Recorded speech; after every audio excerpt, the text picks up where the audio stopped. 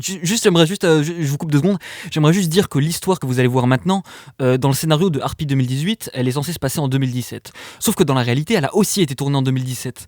Mais donc, vous l'avez compris, genre pas 2017 de Harpy 2018, genre 2017 de la réalité de 2021. Ce qui fait que ça fait... Wow, 4 piges. Mais qu'est-ce que j'ai fait de ma vie, moi? Bon, bref, du coup, ça fait 4 ans que ça a été tourné, et du coup, il y aura peut-être un petit problème de son. Mais bon, pour pallier ça, on a sous-titré tout le film, donc normalement, ça devrait pas poser de problème. Bon visionnage!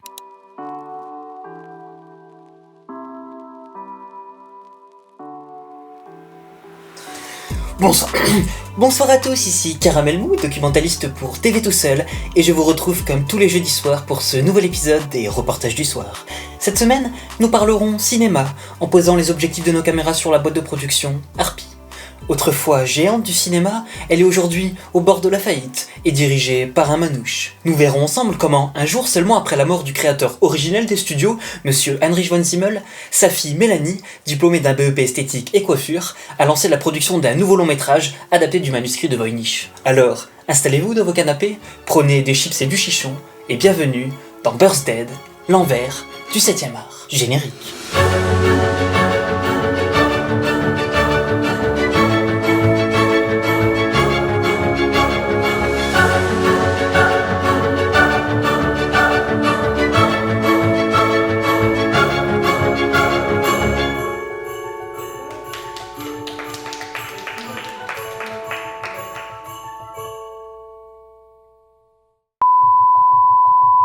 Depuis 77 ans, les studios de production Harpy ont su s'imposer comme l'un des géants du paysage audiovisuel français. Un règne sans partage créé et dirigé d'une main de fer par un génie du 7e art, Monsieur Heinrich von Zimmel. Pourtant, en 2018, c'est la faillite.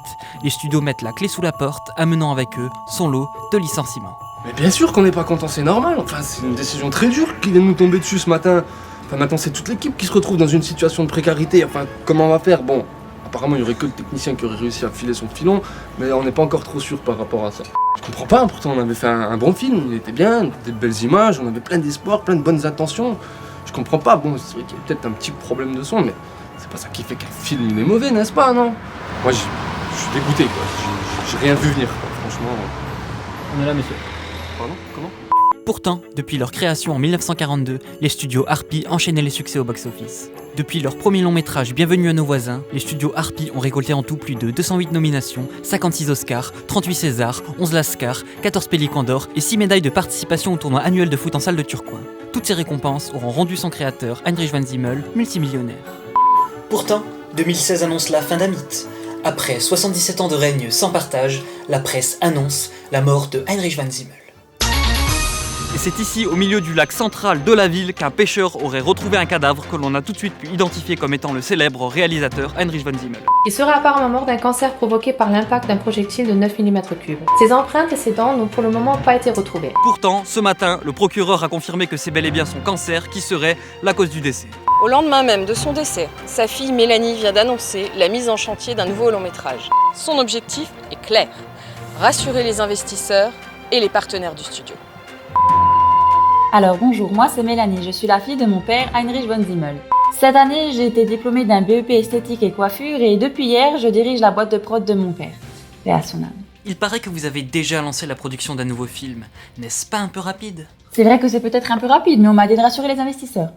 Alors j'ai pris le taureau par les oreilles. J'ai choisi une histoire que personne n'avait encore adaptée à l'écran, en l'occurrence il s'agit du manuscrit de Voynich, et je l'ai confié à l'un des meilleurs réalisateurs que l'on puisse trouver sur le marché, Quentin Baratino. Ce qui m'a plu chez lui, c'est que c'est un réalisateur qui sait vraiment ce qu'il veut. Quand j'ai vu la bande-annonce de son dernier film, Speedless, j'ai tout de suite su que c'était le seul qui pouvait adapter le codex à l'écran. Après mes derniers films, Timelapse et Autofocus, découvrez le dernier film de ma saga, Setting.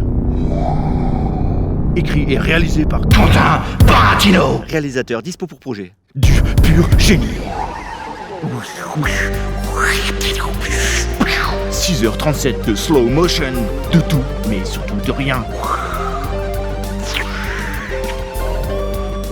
Et bientôt, découvrez les derniers volets de ma saga Setting, Surex et AWB.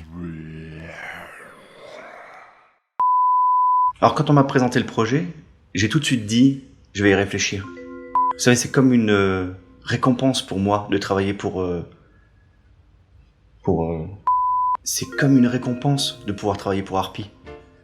Depuis tout petit, je suis bercé par leurs histoires. La critique prétend que puisque le codex n'a pas encore été déchiffré, il est impossible à adapter à l'image. Ça n'est pas risqué pour un réalisateur talentueux tel que vous de se lancer dans un tel défi? Ouf.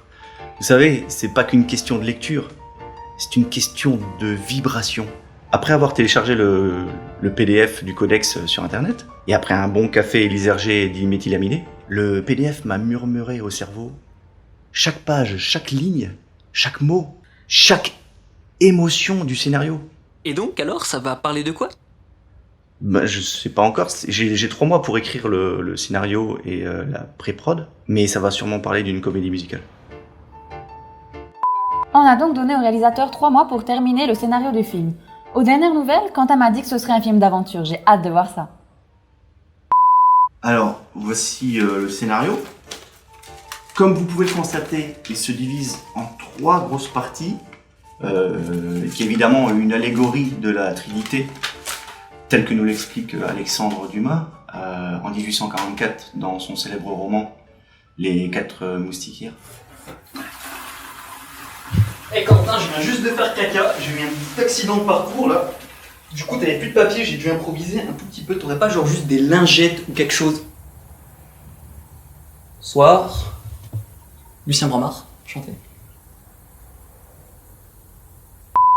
Alors bonsoir, donc moi je me présente, je me prénomine Lucien Bramard, je suis donc l'assistant réalisateur du plateau. Et votre métier consiste à quoi? Alors en fait, c'est très simple, c'est-à-dire que mon métier consiste simplement à aider Quentin dans tout ce qui est partie technique du scénario. C'est-à-dire que par exemple, lui il me fournit le scénario, et moi comme ça, donc je le lis, je vais vous faire un petit exemple.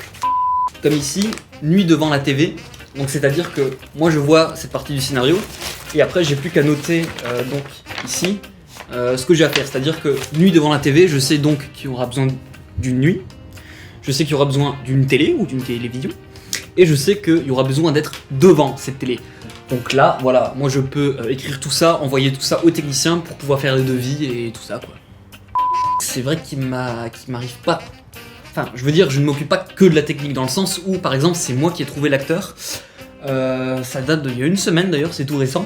C'est moi qui ai trouvé l'acteur principal du film. Je vous le donne en exclusivité, ce sera d'ailleurs Pierre Leblond, un acteur que nous apprécions beaucoup, notamment d'après sa dernière performance qui était vraiment extraordinaire dans son dernier film, quoi.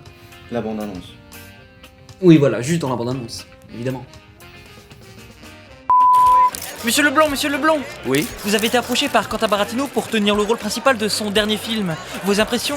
Mais écoutez, ça me touche énormément d'avoir été choisi par un artiste de cette trempe. C'est comme une récompense pour un acteur d'avoir été choisi par lui. Quoi qu'on en dise, dans toutes les critiques, j'ai été choisi pour mon travail et non pas pour mon lien de parenté.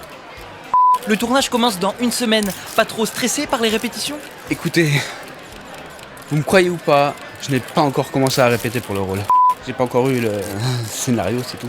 Mais j'ai confiance au réalisateur, je sais qu'il fait un excellent travail. On va faire un excellent travail et tout ira très bien. Allez, au revoir. Alors voilà, on attaque le tournage dans 2 jours, donc c'est ici que ça va se passer. Initialement, ça devait se passer à la Cité du Cinéma à Paris, mais comme on a eu un petit problème de budget, on a décidé de louer ce bar. Le tournage n'a pas encore débuté et il y a déjà des problèmes de budget. Bah, j'ai eu la productrice ce matin et effectivement, on a dépensé 75% du budget dans la location du matériel. D'accord, et ça s'élève à combien tout ça? 2,5 millions d'euros.